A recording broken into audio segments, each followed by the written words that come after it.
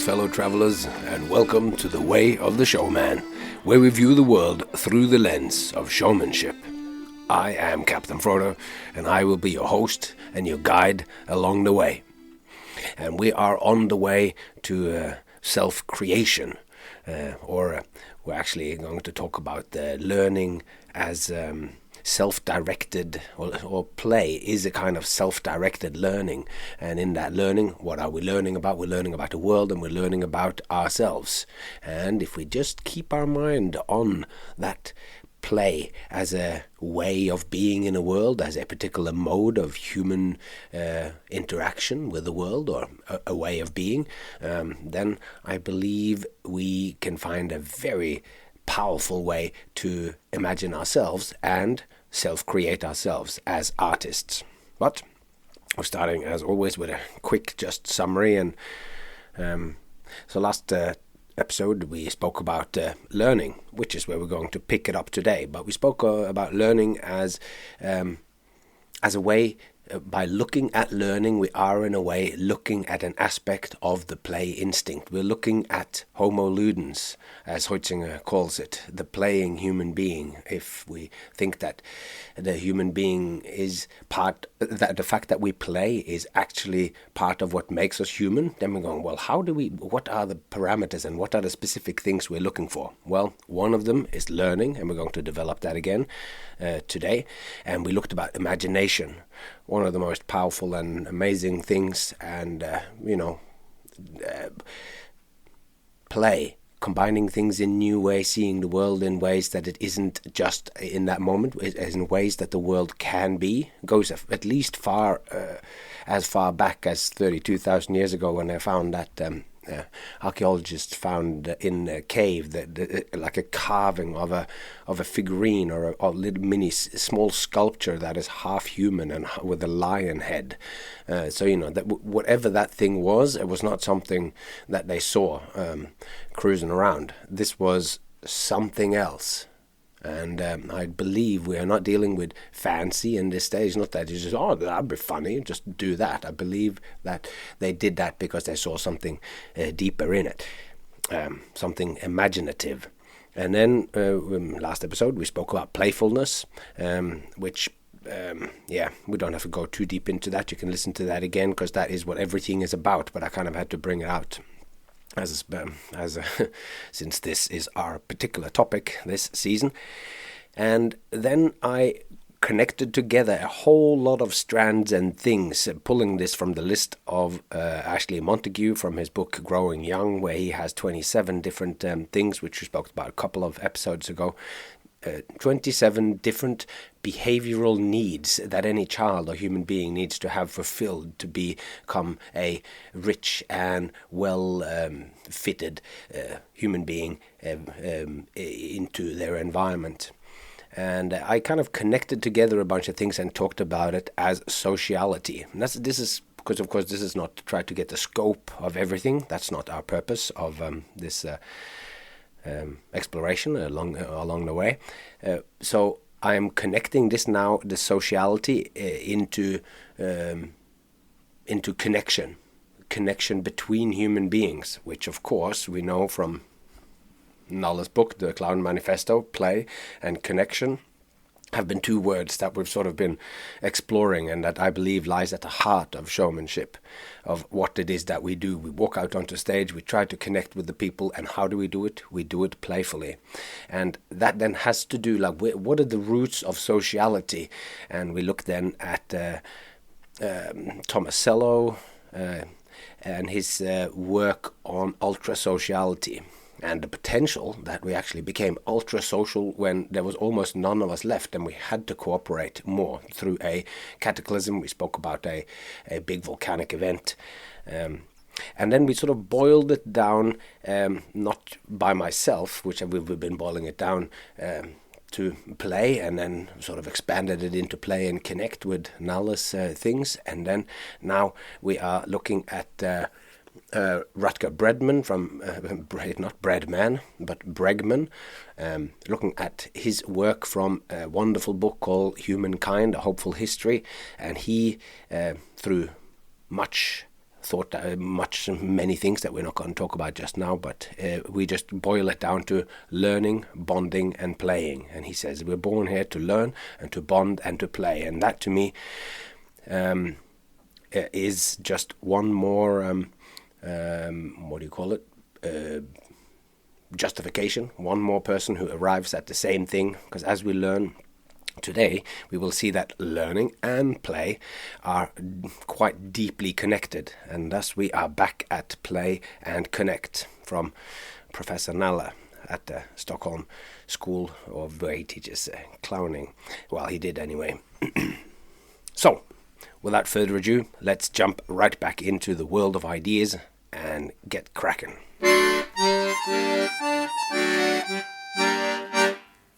So, we've spent a long time now, the last 2 episodes, second one quite a long one, maybe today will also be a little long, but we've spent a long time looking at the play instinct from a sort of particular point of view, which was summed up in the end of the last chapter with Bregman's words, we're born to learn, to bond and to play, learning, bonding and playing.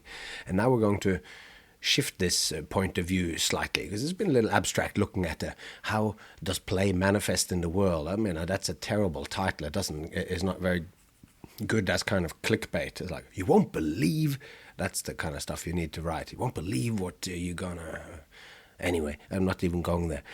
So we're going to shift the point of view now, not to make it more accessible for everyone, but after looking at like how can we actually see this play instinct or the play as a real powerful human drive in the world. Now we're stepping into closer alignment with a thinker and writer called Peter Gray, whom we have already mentioned a couple of times, I think. But we talked about him. It doesn't matter. The title of his book, Free to Learn, Why Unleashing the Instinct to Play Will Make Our Children Happier, More Self-Reliant, and Better Students for Life. Well, this title, Unleashing the Instinct to Play While Making Our Children Happier, More Self-Reliant, and Better Students for Life, that shows that Peter Gray is all for play, but that he makes the case for play being part of a different instinct. And he calls this instinct our educative instinct. Yet, as we shall see, we are still in the same territory, but Gray shifts the focus onto learning. And as we see, when we looked at Bregman, we kind of have this element of learning in there, where we're born to learn, to bond, and to play. So bonding and playing, we're all on board along the way with that. We had talked about that in many different ways, and we find it specifically in the Clown Manifesto, Nalle's book. And here now we're going to look at learning. Actually, there's a strong link between learning and playing, which makes me happy, because I do believe that I am, in my art and work and the craft of showmanship, that I am a playful person, but I'm also addicted to learning. So let's follow the thinking of Peter Gray as we look at in one of the chapters that he it's actually a sort of sub-chapter in his book, Free to Learn, and the chapter is called The Educable Animal. He sees us as an educable animal, an animal which can learn, and we've talked about that as well before. So Gray points out that we think of education as something which happens in school. I find this really interesting. It's like, education, learning, it's what happens in school. And he claims that this is because it's a peculiarity of the particular times that we live in. So with the rise of compulsory schooling, which has been the sort of last 200 years or so, we've come to think of education as something which is done to children by adults. But education long predates schooling, and even today, most education occurs outside of school. So that without that last bit, think of education as something which is done to children by adults. This is a quote. And he says, but education long predates schooling, and even today, most education occurs outside of school. So that's an interesting claim. And Peter Gray argues that we're born with an instinct to educate ourselves. and that for tens of thousands of years this is what children have done. And he uses extensive examples from hunter-gatherer bands and from social science to show that learning takes place in spontaneous and powerful ways, which is but motivated by the children themselves. So the learning instinct affords children the ability to acquire the knowledge needed to be thriving and fully integrated members of their community. So this is very similar, as you might see, to the claims made by Ashley Montagu, where I've talked about, that's why he talks about these 27 behavioral needs or so to become thriving and fully integrated members of community. So what does this instinct look like his educable instinct to learn? So learning instinct, after we're looking at Montagu's 27 traits, Peter Gray's list in this educable animal subchapter is a lot more manageable, which is good, as he's pared it down to 3 umbrella terms. The term he uses for this kind of learning is cultural transmission. And here he focuses on this, on intergenerational passing on of the knowledge, as intergenerational, coming from parents to children, coming from adults to children, coming from men to boys and women to girls and men, and in every direction that you can think of within the community. But this learning happening by knowledge being passed from one generation to the next. And this knowledge, it's general knowledge of, in the way that we think of it, but it's also rules and rituals and the stories of a tribe or a band or a village, and the stories and all these rules and rituals. Also, it's also the shared values and cultural beliefs of the whatever gathering of people it is. And this kind of learning is in a way reversed from our top-down schooling that we're used to. It's not so much the older generation choosing what's important and then passing on their wisdom and knowledge to the younglings. So even when I made a off-the-cuff a clarification or so about intergenerational passing of knowledge, I am so biased that I immediately start picturing that it's from the adults to the kids. But it turns out that in these societies that he talks about, it's rather how the younger generation takes on board what elements they deem useful, meaningful, and valuable. Because it's not set up in a school system where the adults get together and go, well, we have to teach them this one, and then we have to teach them this. I know for myself, when we're hanging out with people and it's whatever topics comes up in conversation, that's what we sort of dig into. Whatever it is that my daughter asks me, those becomes the things that we explore and that become part of her life. And the things she asks me or the thing that I ask of her are the things that we are interested in each other's worlds. So a lot of this is what a lot of the stuff that the kids then will find useful, meaningful, and valuable, and that prompts them asking or being interested. A lot of this is what they see and experience as as they see it, the genuine features of society, where it's at. If learning to build a camp or use a knife or mastering fire or learning how to track an animal is what's really going on in the society and what's of value, then the children will play with knives and fire. They will build small versions of their village nearby. And one of the interesting things for me as a parent is how in this hunter-gatherer band examples that he gives, there is just a whole other level of trust from the parents. I know I find it hard to let my daughter play unobserved with a knife. I see in this trust that Peter Gray describes in these societies, I see myself challenged, but with giving this much trust. So I see a reflection of the value that the adults in these societies places on the wisdom of childhood, that they will be okay and that learning will go on once they have this knife, and chances are they're not going to murder neither themselves nor anyone else. So anyway, these 3 drives which Peter Gray thinks affords learning are curiosity, playfulness, and sociability. So these things are what we've just spoken about in the previous episodes. And, it's not quite a coincidence that these line up as neatly as this, that I summarized the last 2 episodes and tried to get them into these 3 the headings.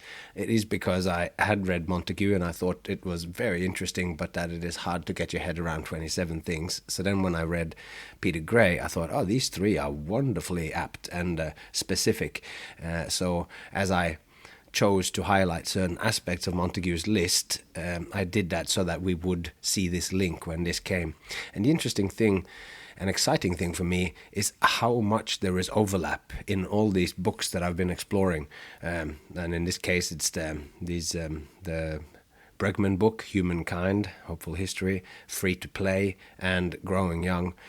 They just are connecting together so deeply, and connecting together with my own feelings and thoughts about showmanship, which is why this whole season is happening. So reading this and finding the overlap in it all makes me feel like I'm standing on solid ground, not just the fringe ideas of some crazy adult who's somehow into playing. So let's continue to look at curiosity, play, and sociability. We come into the world curious. We've talked about this, but it guides us. This is what guides us towards exploration. We're curious about nature, about things, about how to do things, about animals, about people, about relationships, and anything else we might encounter or dream up. The inner experience of curiosity is like a magnet that draws us outwards. It's the default stance of a healthy child in the world. And I've been thinking that there's a relationship between boredom and curiosity. Like, boredom is a force that forces us towards curiosity. Or as soon as we get curious about something, then we aren't bored anymore. If you're really curious about something, you aren't actually bored. Whilst if you are bored, then you aren't curious. You're sort of sitting in one spot. So it's like boredom is the absence of curiosity and interest, and it's manifested as boredom. As a boredom is the manifest absence of curiosity. So curiosity, interest, love might be on a different spectrum to boredom. So if you're left to stew, then boredom becomes so uncomfortable that you have to get up on your feet and do something, anything.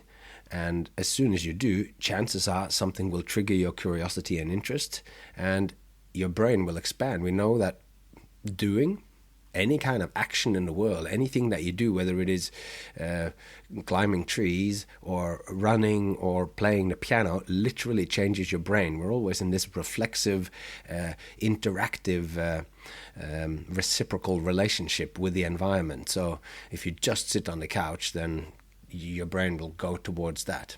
And seeking the easy option of just scrolling, doom scrolling on that thing, will leave you stealing time, but not leave you fulfilled. So anyway, whatever we encounter as a result of our curiosity does not just meet us as a thing in itself.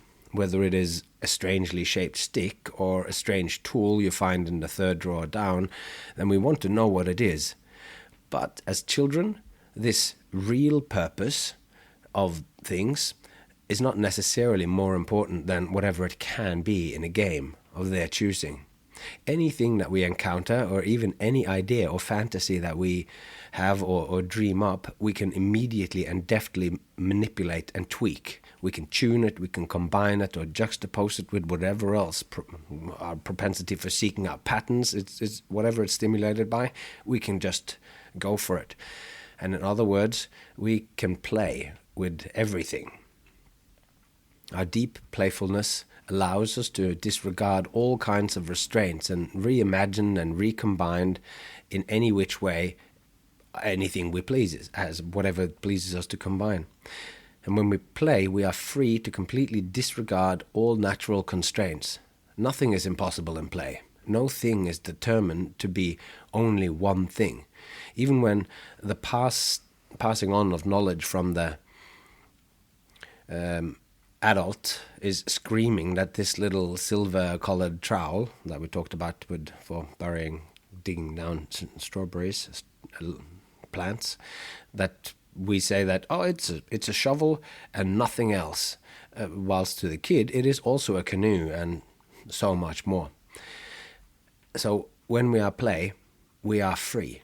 We're free to imagine and free to do in a way that we aren't when we're just focusing on whether it's a shovel. Because children are first and foremost doers. They run, they leap and balance on logs and lines along the side of the roads.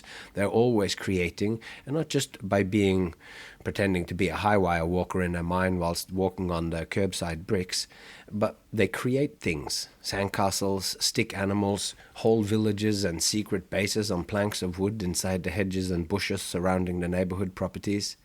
Anything can be combined with anything else to serve whatever purpose is relevant for the child.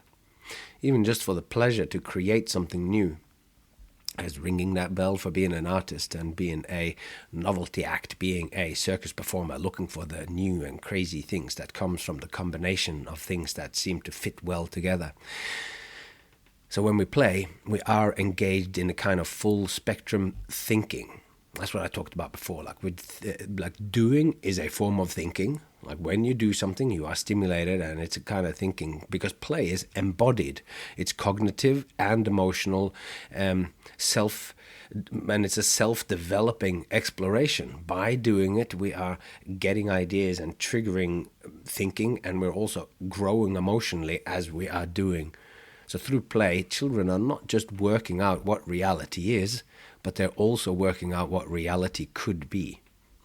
And the perfect way for a new generation growing up in a world where not everything that was important to the previous generation will be optimal for themselves.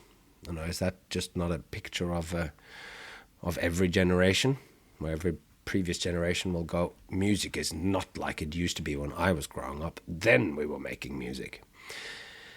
Anyway, a major part of our curiosity and play concerns other people. As we've said, we are an ultra-social species that need and love to relate to others. If something has upset us, it can make us feel better just sharing our feelings with someone else.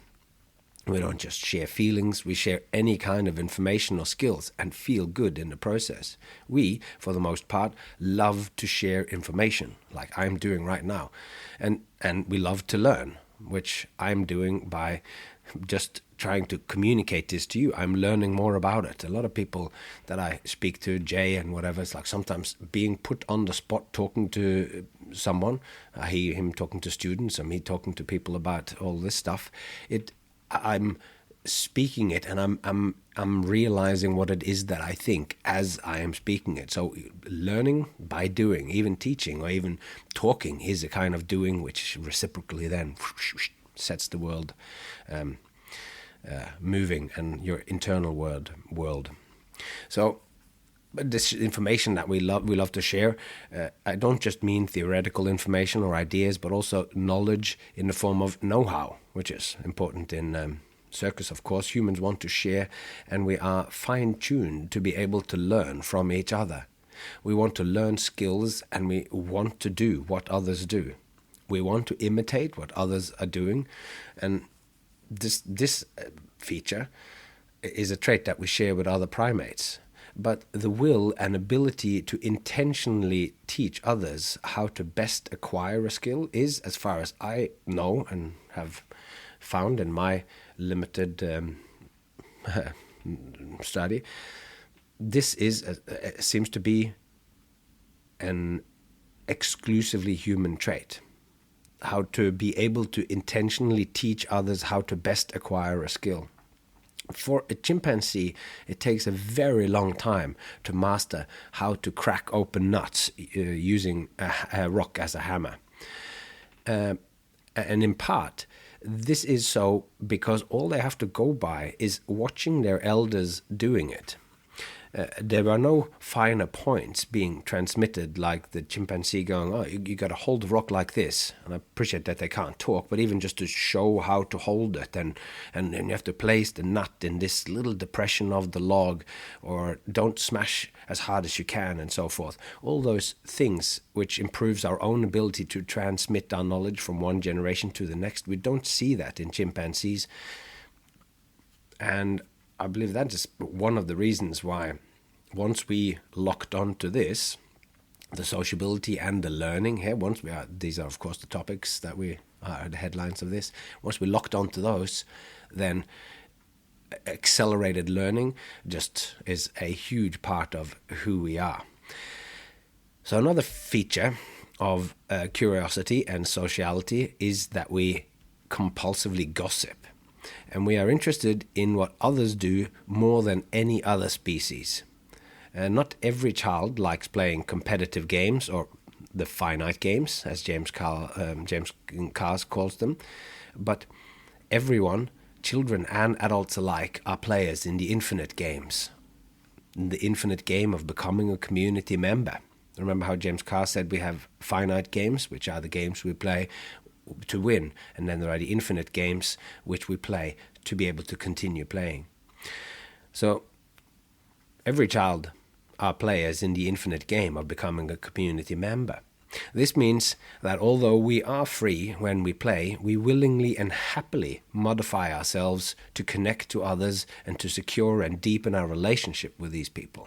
If a child, for some reason, may be fishing for an ice cream reward, once the planting of the strawberry plants, which was the example episode ago, once that's done, and then they want to sort of try to see if there's a chance they can get an ice cream, and they want then to relate to an adult, then they might, for the duration of that strawberry planting project, or by the end of it, by the time they realize, oh, they've almost planted all these strawberries. So now, then they might sort of happily then succumb to this adult's limited perspective that a trowel is just a spade and no canoe. And even though they know that with their friends, the fact that it is a little spade might be completely irrelevant to whatever game it is that they're playing. So they might then take on your thing and go, oh yeah, well, now that we've used this shovel so much, maybe we can maybe we can have an ice cream, and they sort of adopt your point of view, and so that they'll go, oh, we're reasonable, we're connecting together here now, let me not talk to you about all these fantastic things, because I'm trying to relate to you, because then maybe I can get an ice cream. So but I was just thinking also this thing that to a child, saying that a spade is a spade is it seems just irrelevant. Oh, yeah, it's a spade, but moving on, let's what else could it be? This is where the excitement lies. And I remember that, and like, when I grew up, I didn't want to have my books just tell me how the world really was. I loved explorations and adventures, and I loved that aspect of it, and not just for things to be nailed down to what they were. And I can remember my wife also saying that in her childhood, that she remembers that was like going, why would you ever watch something else than cartoons? Like, cartoons are much more fun, the way that they're portrayed, and rather than a real kind of feature film where they're just people, like, or whatever. Maybe that was a feature of growing up in the early 80s as well. But I see it in my daughter as well now. Like, she loves it as soon as there's something there where it's unpredictable and it's going in, and that's play. So telling a child that a spade is a spade, they're going like, yeah, it is, but this is irrelevant. And I was thinking that this is almost in a similar way to how it's irrelevant to tell a fan of American wrestling, like pro wrestling, that what happens in the square ring is a form of sports-themed theater, and that it isn't real. But the fan would just go, well, that's not the point. It's like you're just picking up the wrong thread in the conversation. And to be able to, get an ice cream and to be able to connect with other people, we sort of tune into each other. So, Yeah, we have so much to learn. We've talked about that before. We're born as the most unfinished species. We have to make ourselves, and hence the title of this here, Making Ourselves Through Play. It was one of Peter Gray's lines of argument, which emerged already as the first sort of ethologist began to study animals in the play, study animal play in the end of the 1800s. That is, an ethology is just the actual study of animals. In the end of the 1800s, when they started to look at play, they found that the kind of play that an animal gets into is directly related to the necessary skills and repertoires of behavior that any particular species need to survive and thrive. Like tiger cubs plays at sneaking, stalking, and pouncing, as well as play fighting with their siblings, whilst deer and other prey species, they engage in fleeing and dodging and running and these kinds of things. So another interesting aspect which emerges when studying play in different species is that there is a direct relation between how much an animal plays and the complexity of that animal's social structure. The larger the repertoire of behaviors needed to fit into a group and to manage themselves in life, the more they play. And there is so much, so this is where we come to us humans, there's so much that we humans have to learn. The complexity of human culture and life means that the amount of things that human infants need to learn is almost insurmountable. First, we need to learn to control our body and coordinate our limbs. We need to learn to sit, to eat, to stand up, and to walk, and so forth. And some behaviors, like learning to use our hands to grasp something or to put it in our mouth, is something any able-bodied infant learns. But more complex skills like walking and language, apparently that doesn't really develop if an infant is deprived of human contact. They're skills that are socially learnt, or or as Peter Gray calls it, intergenerationally transmitted. These skills are so. So we know from cases of extreme neglect in children that it seems to be the case that if there are no humans walking around, a child that such a child will learn to crawl, but won't reliably advance to bipedal locomotion. I won't get the idea of walking. Unless there's other people around giving you the idea and preferably helping you, then crawling on all fours will remain a child's way of navigating the world, apparently. So kids raised by wolves, so to speak, will crawl rather than walk. I don't of course know if this is true, but this is what I've read, so I'm sharing it here. This is my story. So I'm deciding what to tell you. And the same is the case with language, that if no one around you speaks to you, then you don't begin to speak. One of the awful cases of where this was found is in the kind of systemic neglect that happened in Romanian orphanages in the 1980s. So many of those children never learned to speak, and in the most extreme cases where the deprivation lasted until they were 6 or 7 years old, these children kind of missed the ability to fully master language of any kind, like there's a sort of window. And I marvel at the fact that as infants, we do not only, this is just an aside, but it's like not only do we learn a language, we actually discover that language exists at all. We discover that certain sounds adults and other kids make around us signifies what the person thinks, feels, and what they did and when they were gone. We learn that a sound can be pointing to something beyond itself, and that this beyond is as rich in nuance and complexity as nature itself. When I imagine trying to learn my native language or grasp the fact that there is such a thing as language at all, and also then have to learn that in the way that I learned French and German in school, like it's just baffling that when I'm learning German in school, I can go, oh well, that's the Norwegian equivalent of this. So when I was learning English in the beginning, where you go, oh, this word can be replaced by this and this concept or whatever. But if you don't have language at all, you have to like that discovery is pretty huge. It's something that fascinates me, and just keep watching those YouTube videos for the people talking about theories and ideas surrounding the emergence of language. But anyway, as I do so, and imagine how difficult it was for me to try to learn German and French and English in school, I can easily imagine how learning one's first language is like practically impossible. So, on top of all the physical skills that we have to learn, there are just myriads of culturally specific customs and skills that we need to master. And for a culture by the sea, there is fishing and foraging at the seashore, and for a desert culture, it's how and where to find water and so forth. And the list of our shortcomings towards taking care of ourselves and how to function as organisms in the world and individuals within community is vastly complex. And the amazing thing is that we master all of these fundamental and vastly complex things as if it was child's play. Learning a language, like my daughter learning 2 languages, speaking them fluently without an accent, and it's like play. We didn't have to sit down and study.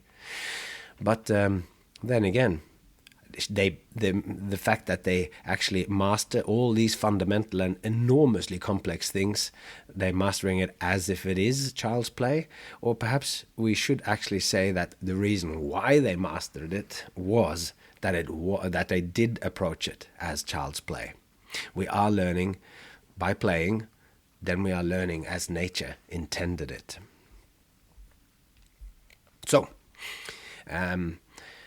as we see here, Peter Gray and all these people and myself, we believe that the play has this learning aspect to it, and that serves as an important thing. Particularly, that might actually be how we learned before we started. That's the life education that we gave ourselves, guided by our own self-motivation and interest and whatever.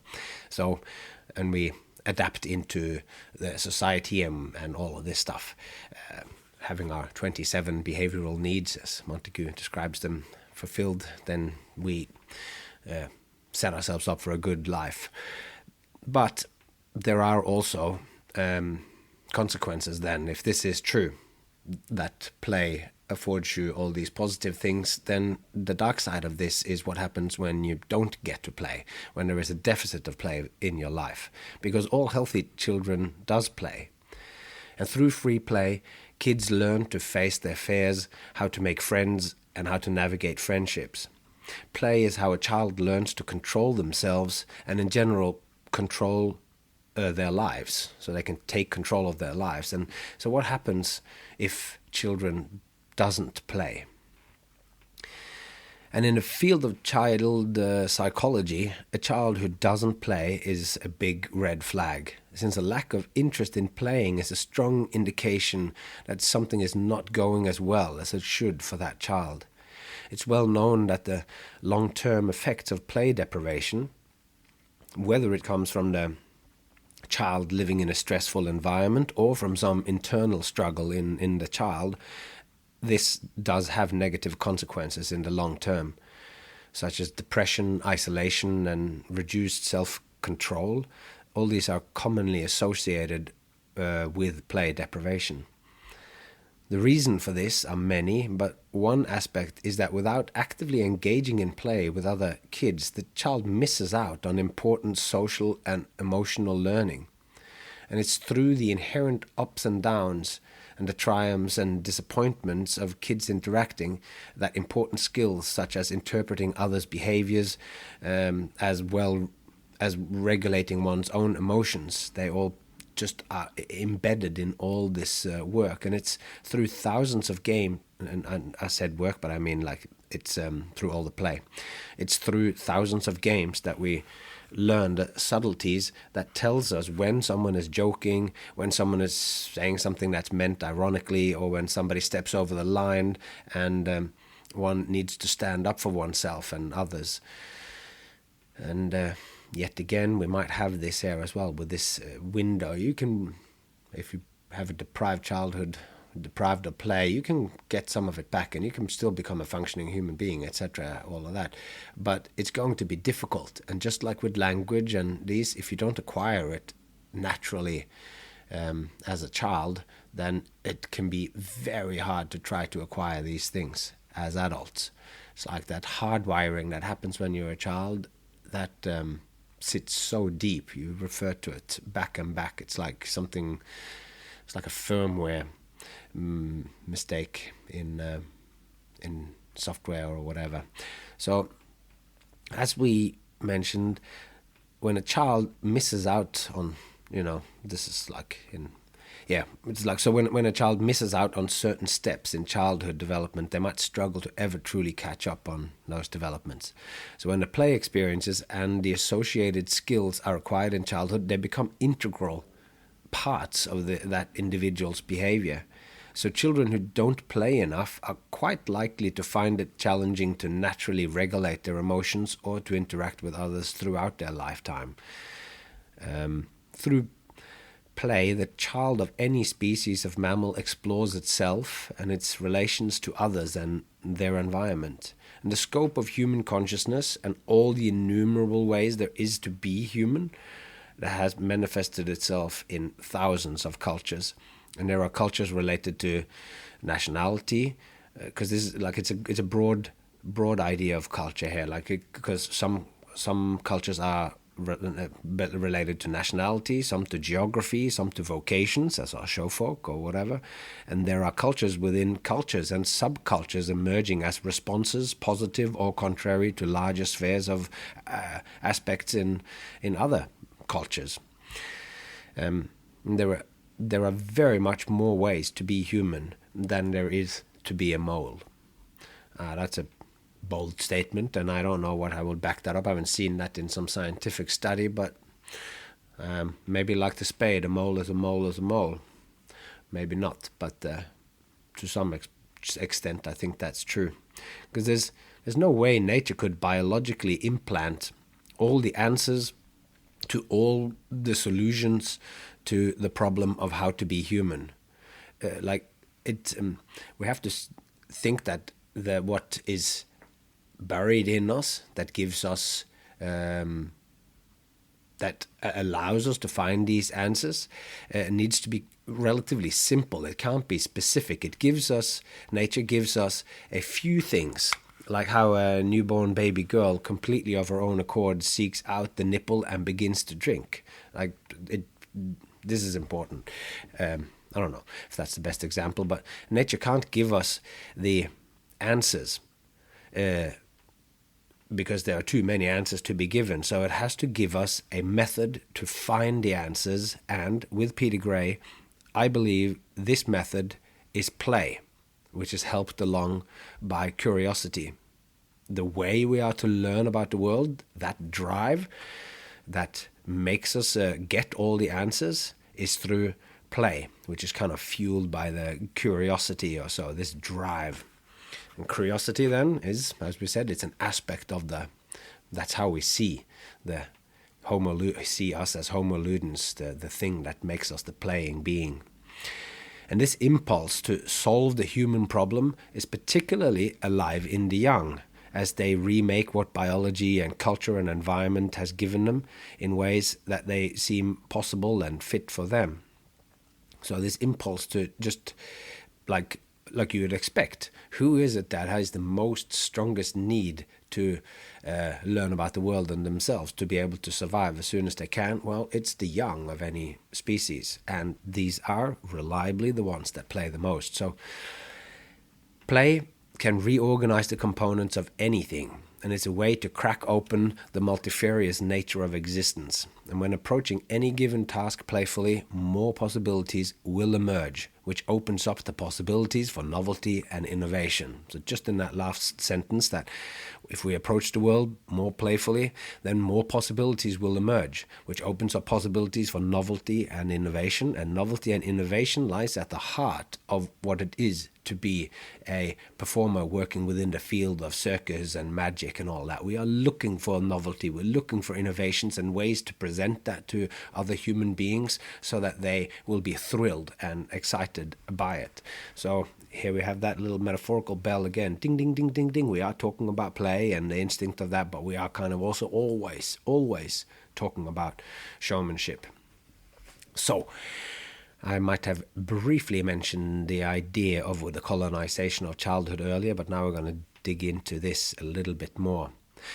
So some pedagogues, teachers or whatever, they grasp the value and usefulness of play, yet they might confuse it with a tool that they can harness to make kids learn whatever is written down in any given curriculum. So in the process, they are completely missing the fact that play needs to be self-motivated. And we know that from our list of criteria. That's criteria 3.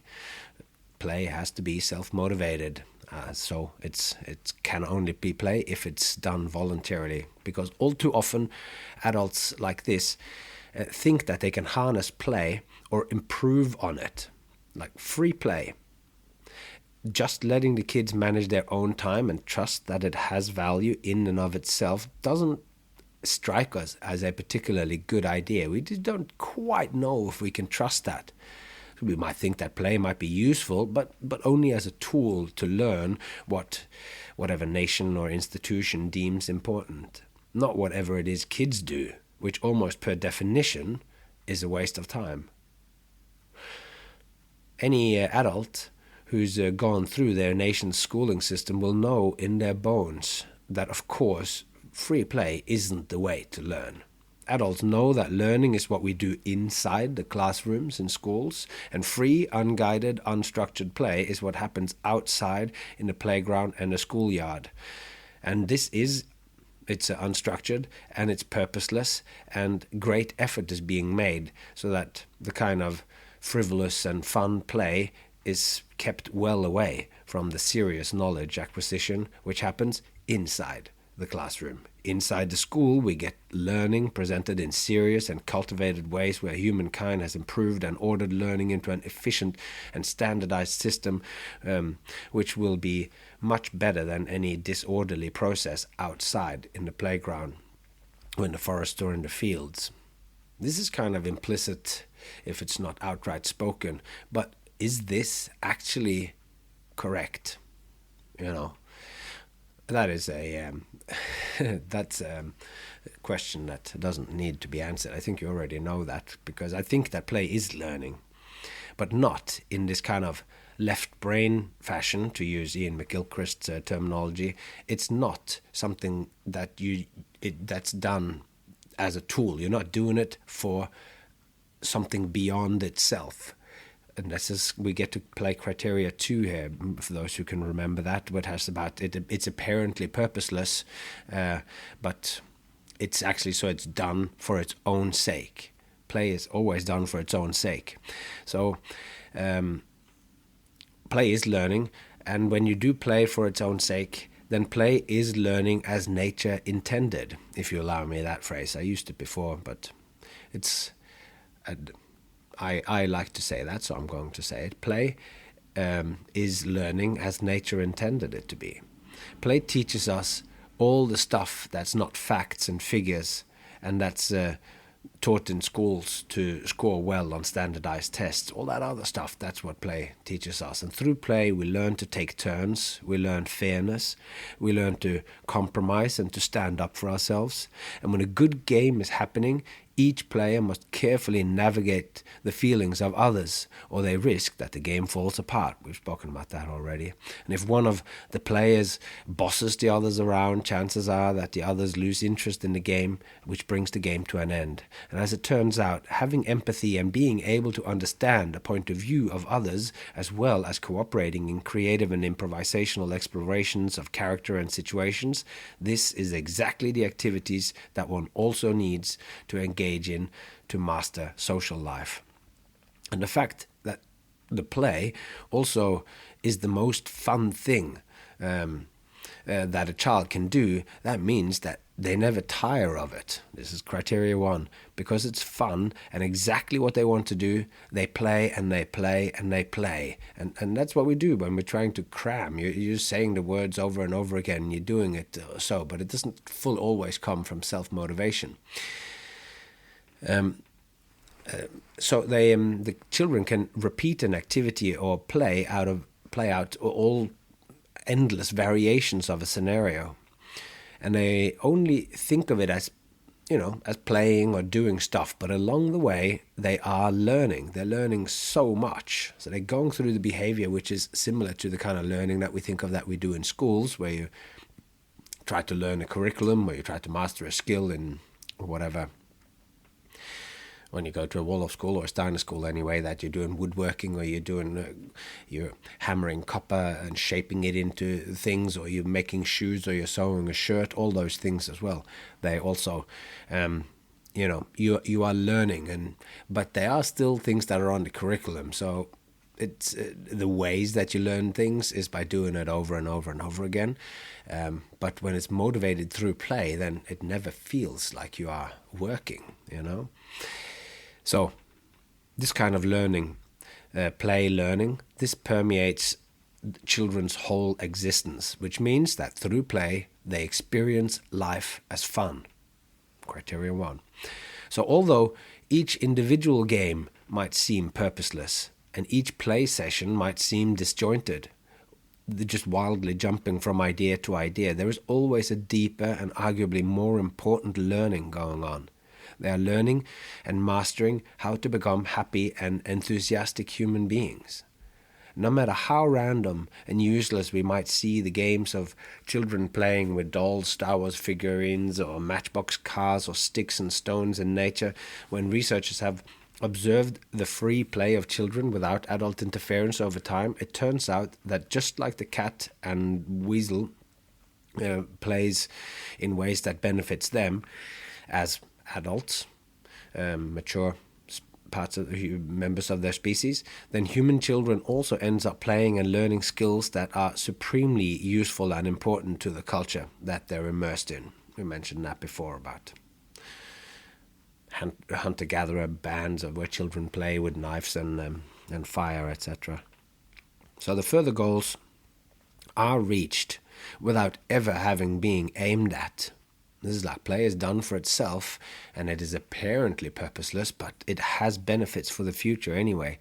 So through play, you master the future goals by just having the best time doing what you want. You're mastering your future goals, and you haven't even set yourself those goals yet.